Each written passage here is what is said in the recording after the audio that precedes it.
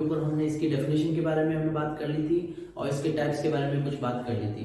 इसके दो टाइप ऐसे इंपॉर्टेंट है जो हम पहले डिस्कस कर चुके हैं, 2 से 3 टाइप। इसके जो दो और टाइप्स हैं जो जनरली कंफ्यूज करते हैं उसके बारे में आज हम डिस्कस करने वाले हैं। जैसे देखिए ये जो वर्ड्स होते हैं my self, your self, her self, themselves, ये जो वर्ड्स होते हैं सेम वर्ड ही होते हैं एम्फेटिक प्रोनाउन और सेम वर्ड्स ही होते हैं रिफ्लेक्सिव प्रोनाउन। तो कब इनको अपन रिफ्लेक्सिव प्रोनाउन की तरह यूज करना है या एरर डिटेक्शन में क्वेश्चन आ जाए तो पता करना है कि कैसे ये रिफ्लेक्सिव प्रोनाउन की तरह यूज हो रहा है और कैसे ये एम्फेटिक प्रोनाउन की तरह यूज हो रहा है। चलो शुरू करते हैं वीडियो। देखिए प्रोनाउन का ये भाग 3rd का वीडियो है, इसका मतलब पहले 2 वीडियो और बन चुके हैं। अगर आप चैनल पर नहीं हैं तो वो जरूर देखें। आज हम डिस्कस करने वाले हैं रिफ्लेक्सिव और एम्फेटिक प्रोनाउन। इनसे पहले ये तो दिमाग में होना ही चाहिए हमारे कि प्रोनाउन होता क्या है। प्रोनाउन जो नाउन के स्थान पर जो वर्ड्स काम आते हैं इंस्टेड ऑफ नाउन जो वर्ड काम आते हैं वो प्रोनाउन होते हैं। ठीक है, पर्सनल प्रोनाउन, पॉसेसिव प्रोनाउन हम पहले डिस्कस कर चुके हैं। जब चलो अब ये रिफ्लेक्सिव और एम्फेटिक इनके अंदर कौन कौन से वर्ड्स आते हैं? My self, yourself, yourselves, ourselves, himself, herself, itself, themselves। इनको देख के आपको लग रहा होगा कि हम जो पर्सनल प्रोनाउन के अंदर जो टेबल बनाते हैं सब्जेक्टिव केस, ऑब्जेक्टिव केस, उसके अंदर रिफ्लेक्सिव भी अपन ये सब लिखते हैं। सेम ही है लेकिन ये प्रोनाउन एम्फेटिक और रिफ्लेक्सिव होते हैं। अब देखिए एक थोड़ा सा देख लीजिए, जो सिंगुलर होता है उसमें तो सेल्फ लगाते हैं और जो प्लूरल होता है उसमें सेल्फ भी लगाते हैं। जैसे यू जो होता है sometimes it is singular, sometime it is plural. तो प्लूरल होता है योर सेल्फ हो जाता है और देम सेल्फ हो जाता है। अब इनका मतलब क्या होता है? देखिए अपन कहता है ना, कई लोग कहते हैं अपना इंट्रोडक्शन देते हैं कि my self so and so, मतलब मैं ये हूं। यानी सेल्फ का मतलब होता है स्वयं, खुद, स्वयं या खुद। तो इसमें देखिए अब माई सेल्फ यानी मैं स्वयं या मैं खुद, योर सेल्फ यानी आप स्वयं या आप खुद, इसी प्रकार से वह स्वयं या वे स्वयं, वे खुद, इस प्रकार से ये वर्ड्स हैं। लेकिन देखो 2 प्रकार के अंदर ये दोनों ये वर्ड्स आते हैं, एक तो रिफ्लेक्सिव और एक एम्फेटिक। इन वर्ड का मीनिंग भी देखेंगे तो हमको पूरा समझ में आ जाएगा।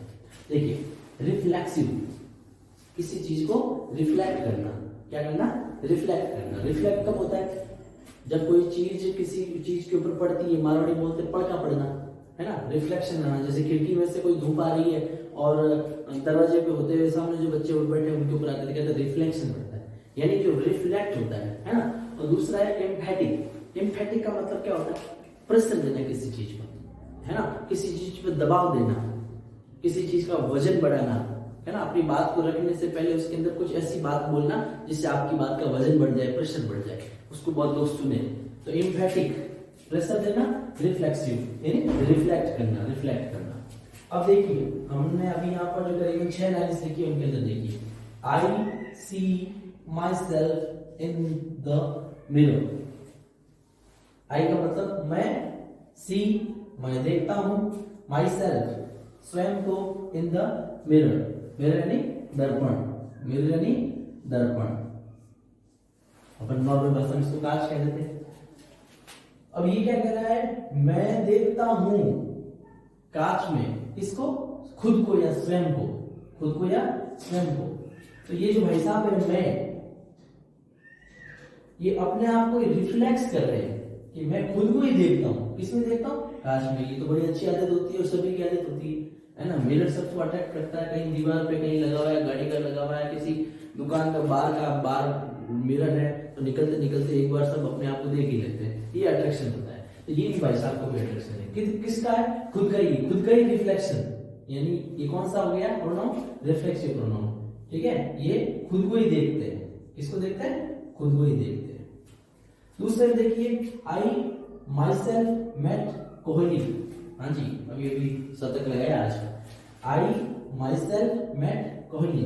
अब ये जो आई वाले भाई साहब मैं, इन्होंने किसी को बोला होगा कि मैं कोहली से मिला था, तो कोई विश्वास नहीं कर रहा है। तो इन्होंने अपनी बात पर दबाव डाला और क्या क्या प्रेशर डाल के बोला। क्या बोला? अरे मैं खुद मिला हूं कोहली से, मैं स्वयं मिला हूं। ये देखिए पहले आई और उसके बाद क्या किया? प्रेशर दिया। I myself who, I myself met Kohli, मैं स्वयं मिला हूं कोहली से। इसका मतलब ये क्या? प्रेशर दिया। तो ये कौन सा वर्ड प्रोनाउन हो जाएगा भाई? एम्फेटिक। पहले वाले में तो रिफ्लेक्सिव था क्योंकि रिफ्लेक्ट हो रहा था। क्या हो रहा था? रिफ्लेक्ट हो रहा था। और दूसरे वाले में वर्ड तो वही है माई सेल्फ, लेकिन ये क्या हो गया, एम्फेटिक है।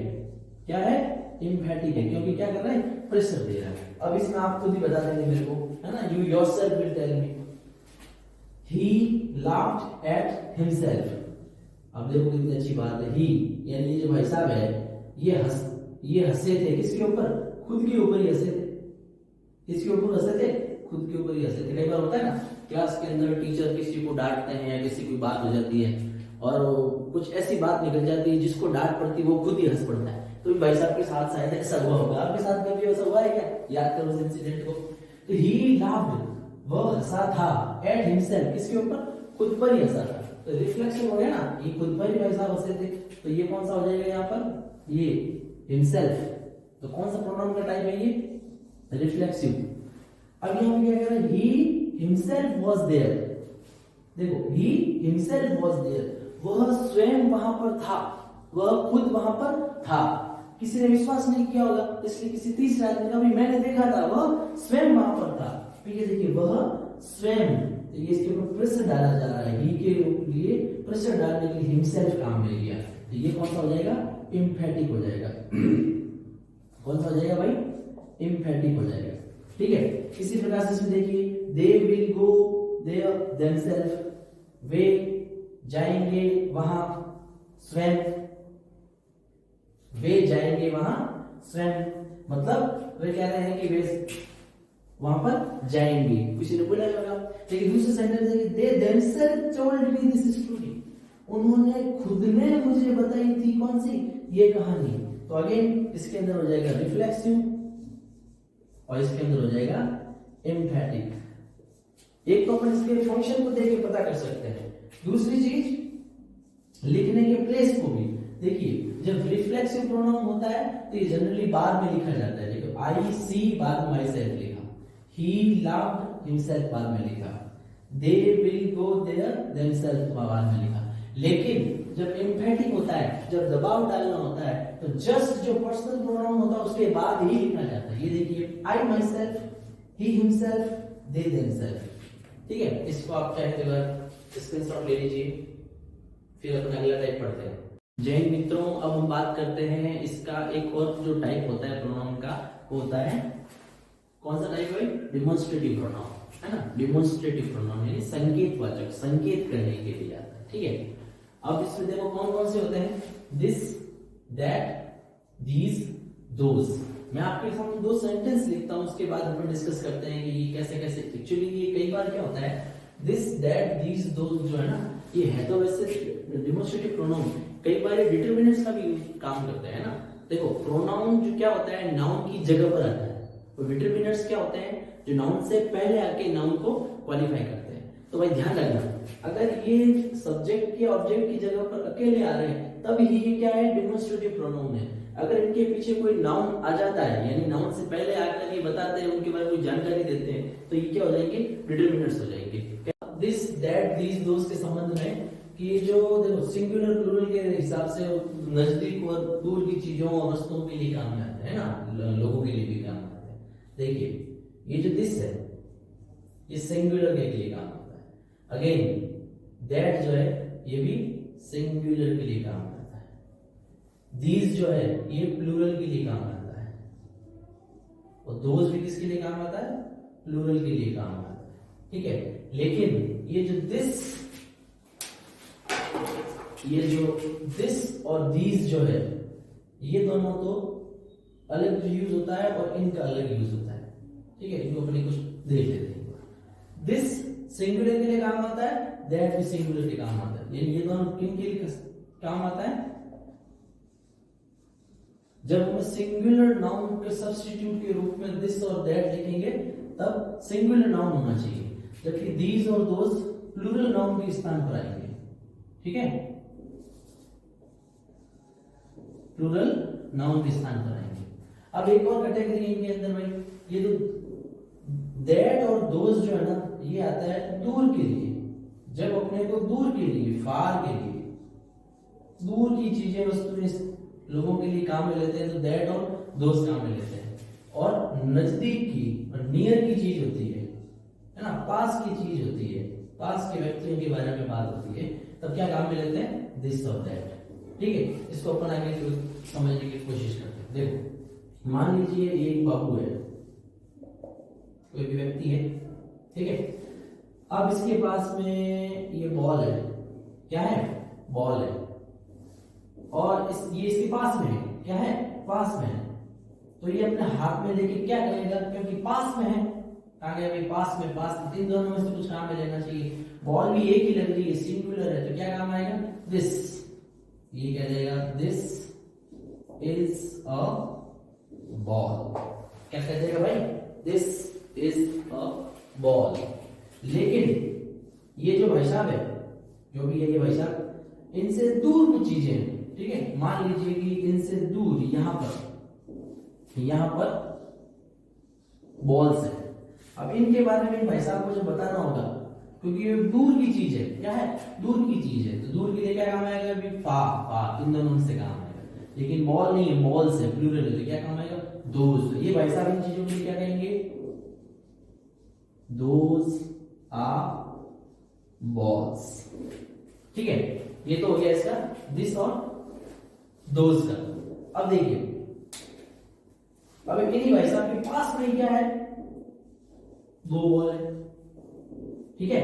अब ये क्या कहेंगे, देखो नियर है, तो नियर मतलब इसमें से लेना है, प्लूरल है, प्लूरल इसमें से लेना, दीज, क्या कहेंगे भाई साहब, ये दीज आर माय बॉल्स, ठीक है। यानी अपन ने क्या सीख लिया, दीज भी सीख लिया, दिस भी सीख लिया, और दोज भी सीख लिया। इन्होंने क्या किया है, दूर की किसी एक चीज के बारे में बताया। मान लीजिए ये क्या है, पेड़ है, ठीक है, ये दूर से देख रहे हैं, और सिंगुलर है, प्लूरल है, बताओ पेड़ तो सिंगुलर ही लगा है, सिंगुलर है, दूर है ना, दूर है और सिंगुलर है, क्या काम मिलेगा, ये दैट। तो ये भाई साहब कहेंगे दैट इज अ ट्री, ठीक है। ये होता है डेमोन्स्ट्रेटिव। एक बार स्क्रीनशॉट ले लीजिए और थोड़ा ध्यान से देखना कि दिस और दैट सिंगुलर नाउन के स्थान पर काम आएंगे, दीज और दोज प्लूरल नाउन के स्थान पर काम आएंगे। जब हमको नजदीक की चीजों के लिए, नजदीक के लिए करना होगा यूज, और सिंगुलर चीज है तो दिस यूज लेंगे, और अगर दूर की चीज सिंगुलर तो दैट यूज लेंगे, और अगर नजदीक की चीज के अंदर बहुवचन के लिए काम में लेना है, प्लूरल के लिए काम में लेना, तो दीज काम में लेंगे, जैसे भाई साहब ने लिया। कॉम्पिटिटिव एग्जाम्स की दृष्टि से देखें, है ना, चाहे आरपीएससी सेकंड ग्रेड या थर्ड ग्रेड के एग्जाम है, उसके अंदर ये थोड़ा कंफ्यूज करने वाली चीज होती है, जो अपन ने पहले डिस्कस किया था। ये कई बार प्रोनाउन होते हैं, कई बार डिटरमिनर्स होते हैं, लेकिन अभी थोड़ा वीडियो लंबा हो जाएगा, अगले वीडियो में बात करेंगे कि कब ये जो दिस, दैट, दिस, दोस जो है प्रोनाउन होते हैं, ये तो अपन समझ लिए, लेकिन डिटरमिनर्स कब होते हैं तो अपन बाद में बात करते हैं। जय हिंद। और हाँ, अगर आपको वीडियो इन्फॉर्मेटिव अच्छा लगे तो इसको चैनल को सब्सक्राइब करें और बेल आइकन को दबाएं, ताकि इसके आने वाले अगले वीडियोस का सबसे पहले नोटिफिकेशन आपके पास पहुंचे। जय हिंद।